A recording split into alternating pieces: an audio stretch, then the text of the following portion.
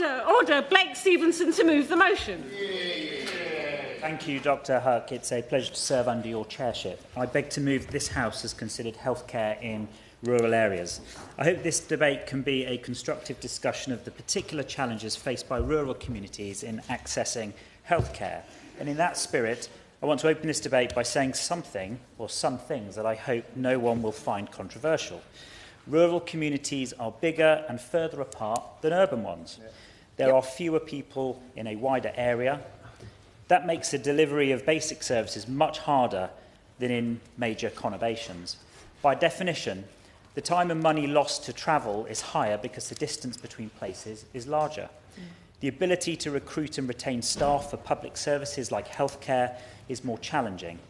Access to online support, often seen as a silver bullet for the future of healthcare, can be challenging in rural areas where high-quality broadband and mobile signals have not yet arrived. All of this means that access to healthcare in rural areas equal to that in urban areas is more challenging and often more expensive to provide. This has practical implications. In the Health Secretary's constituency of Ilford North, there are 20 main GP surgeries. In Mid-Bedfordshire, my constituency, there are just 9. The age of the village doctor is gone.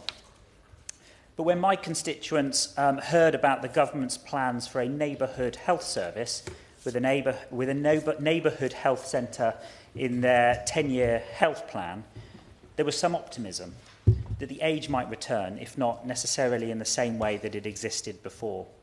In principle, neighbourhood health centres are absolutely the right step, a way to empower communities to get the healthcare they need on their doorstep and keep them out of hospitals, which could then focus on those who need the most specialised care. I'll gladly give way. Would the honourable member agree with me that in communities like mine and his, which are rural, and villages such as Lynham, which will be famous to many people as a serious airbase and full of veterans, now finds itself with very poor GP surgeries and no future for it, and people are waiting longer and longer in order to get it. They feel completely left behind in those villages because there is no access to any form of health service. I know Lynham quite well, and it is actually a beautiful part of the world, though, of course, Mid-Bedfordshire is far more beautiful. But I have to agree with the Honourable Lady. It is deeply concerning for rural communities who are struggling to access GPs. And with growth in our communities, growth in development, access is becoming much more difficult as the years roll on. Gladly. I thank the honourable gentleman for giving way, and he makes a valid point about development. In my rural village of Bosham, a resident was recently told they had to wait 4 months for a GP appointment. Meanwhile, behind the GP surgery, they're seeing a development of 300 homes come online, and they're expecting 600 new patients at that surgery. So does he agree with me? Then infrastructure first principle is why residents get so frustrated with development, because they can't see those extra GP appointments coming online when those homes are built. Yeah, I thank the Honourable Lady for making that point, and she front-runs entirely a point that I will make in my speech later, so I thank her for doing so. Unfortunately, that early optimism about neighbourhood healthcare has been somewhat tempered by a written question response that I received indicating the government expects neighbourhoods to have a geography of around 50,000 people. I'm afraid that will do nothing for people in Mid-Bedfordshire. It will either mean our rural communities are split up on the edge of urban catchments, served by, quote, neighbourhood health hubs in nearby major settlements, in my case, likely Hitchin, Bedford, Luton and Milton Keynes, or it will mean one rural, quote, neighbourhood covering the vast majority of our rural communities, where constituents will have to travel to a central location in an area to access the services they need. Either way, Dr Huck, that is what is happening now. People in rural communities can only get to healthcare services delivered in the big towns a distance away quite often. They deserve better than to be viewed as the hinterland of larger urban areas. They deserve a neighbourhood health service designed not as a one-size-fits-all solution, but one that is genuinely local to their needs. I appreciate that funding is not unlimited and that tough choices do need to be made, but those tough choices always seem to result in rural communities losing out when it comes to access to healthcare. Will my honourable friend I'll gladly give way. I thank my honourable friend for giving way. He's making an excellent speech. Does he agree with me that in allocating NHS resources on a strictly per-head basis, it actually disadvantages rural communities, particularly when nearly a quarter of rural residents are over the age of 65 and the rural population is ageing faster than in urban areas? So will he join me in encouraging the Minister to commit to reviewing the funding formula to reflect age profile, travel times and sparsity? Can I thank my honourable friend for that intervention, and absolutely I would join with her in asking the Minister to respond to that specific point in summing up. I know many MPs who represent rural communities have concerns about the fairer funding formula. In fact, it is not fair, particularly for rural communities, and it would be helpful if the Minister were to reflect on that in his winding up comments. I'd like the Minister to give serious consideration to amending their plans on neighbourhoods. Neighbourhoods in urban communities can likely afford to be larger. The relative impact of that in many urban communities will be minimal. But in rural areas, we need neighbourhoods in the region, I would say, of 10,000, not 50,000, so that people living in small rural towns like Flitwick and Ampthill in my constituency don't have to leave their towns to access, quote, neighbourhood health services, and so that people living in villages large and small only have to travel to the next village over and not to a big town many miles away. Dr Huck, my concern over the consideration of the government's plans for healthcare in rural areas does not, I'm afraid, end there. In Bedfordshire, we've recently seen our integrated care board, initially serving Milton Keynes, Luton, Bedford and Central Bedfordshire, absorbed into a huge conglomerate ICB covering Hertfordshire, Bedfordshire, Cambridgeshire, Peterborough and Milton Keynes. That's an area of around 3.5 million people. It's hard to see that the new ICB will be able to give the level of attention to people in our rural communities that they need and deserve. In Wixham's, a new town being built in my constituency, a GP surgery has long been promised. It was promised when shovels first went into the ground in 2007. It's been promised ever since, but still it remains an empty field, waiting for a building and waiting for some doctors. Wixham's has roughly 5,000 residents now, and it made up about 0.4% of the population of the previous ICB area. It needs its promised GP surgery, but residents have found it incredibly difficult to get action from the ICB. Under the government's new ICB arrangements, Wixham's residents represent just 0.1% of the ICB's population. It seems obvious to me that an already small but growing community which needs healthcare services will find that this centralisation of leadership structures will make it even harder for them to get the healthcare they need. Now, credit where credit is due, the new ICB leadership have been very responsive to my representations on Wixham's, and after nearly 2 decades of delay, it feels like we're finally making some progress, together with the Mayor of Bedford and the hard work and commitment of local councillors, Graham Coombs, Mark Frost, Andrea Spice, for which I thank them all for their hard work. But the point remains the same.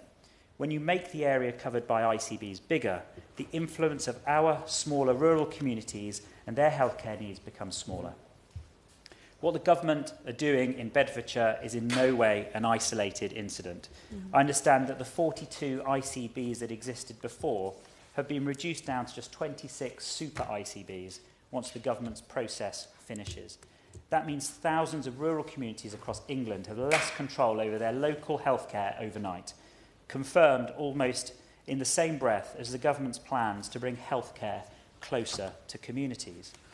And it is particularly short-sighted when put against the government's plans for mayors.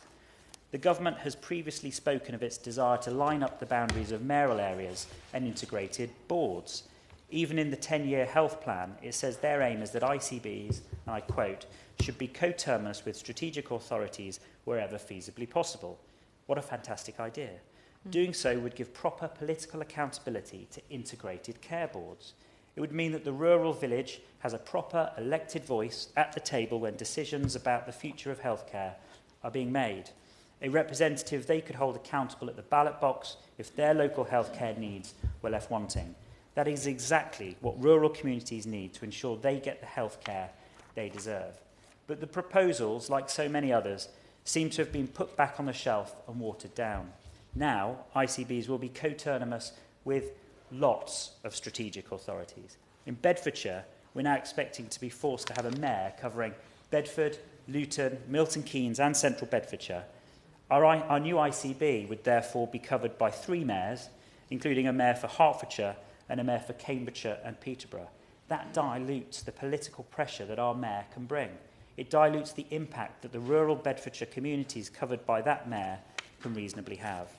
And if the government changes course back to the sensible idea to have an ICB and a strategic authority be coterminous, then that will have been a whole lot of money wasted in 2 needless restructurings that could have gone into more doctors and more nurses. It makes absolutely no sense, Dr. Huck.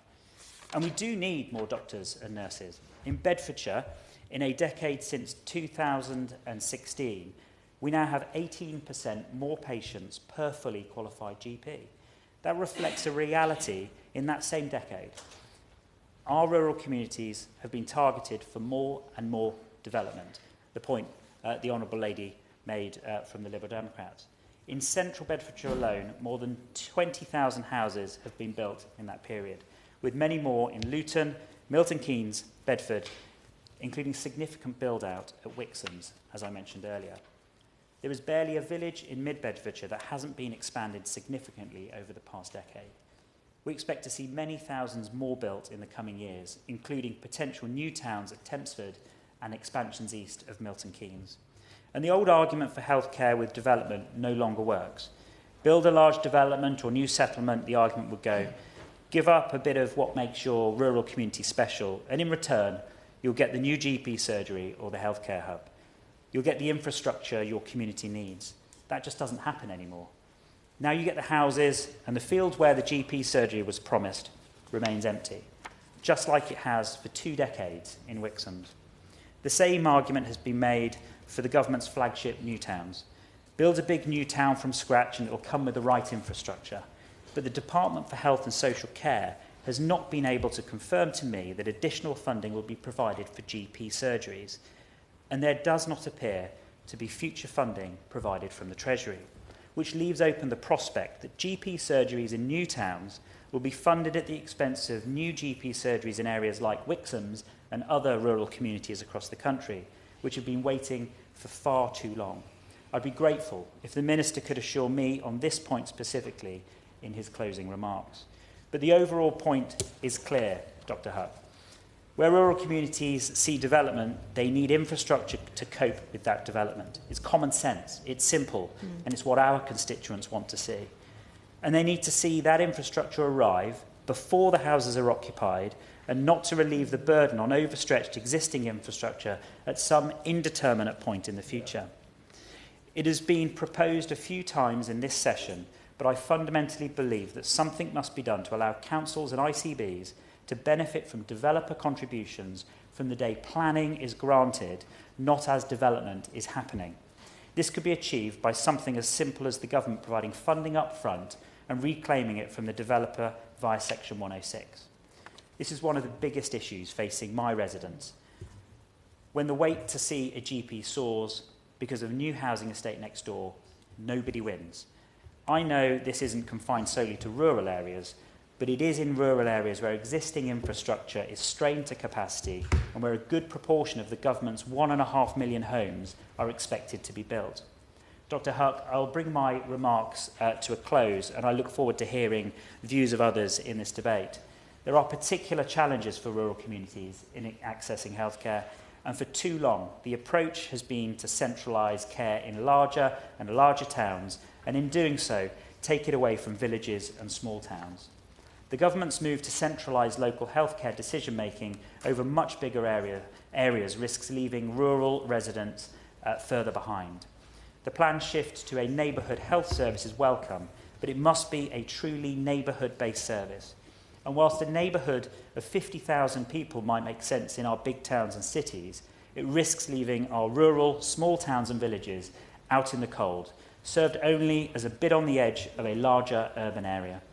Equally, as services move more and more online, consideration must be given to the challenges in rural communities who cannot get good broadband and good Wi-Fi for reasons beyond their own control. Finally, Dr. Huck, We must ensure that development in rural areas comes with the local healthcare infrastructure that we know communities need. For too long, that hasn't happened, and communities like mine in Mid-Bedfordshire have paid the price.